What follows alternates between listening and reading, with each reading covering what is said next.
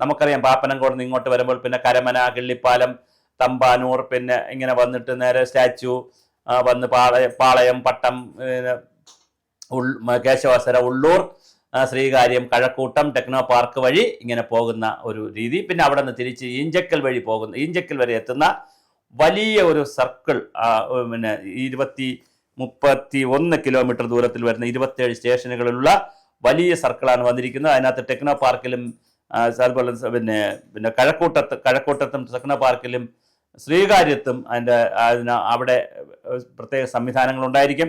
അതുപോലെ തന്നെ സെക്രട്ടേറിയറ്റിൽ വരുന്നത് ഇതിനകത്ത് ബന്ധിപ്പിക്കാൻ കഴിയും.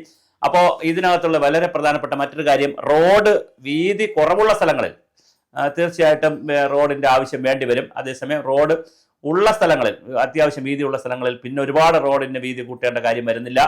പിന്നെ അതുപോലെ മേൽപ്പാലങ്ങൾ, പിന്നെ ശ്രീകാര്യത്തും പട്ടത്തുമൊക്കെ മേൽപ്പാലങ്ങൾ വരുന്നുണ്ട്. അപ്പോൾ മേൽപ്പാലവും ഇതിന് വലിയൊരു അനുഗ്രഹമായിരിക്കും. അങ്ങനെ തിരുവനന്തപുരം നഗരത്തിൻ്റെ വളരെ ഗൗരവമായ രീതിയിലുള്ള ഒരു വളർച്ചയ്ക്ക് വേണ്ടിയിട്ടുള്ള മെട്രോ റെയിൽ വരികയാണ്.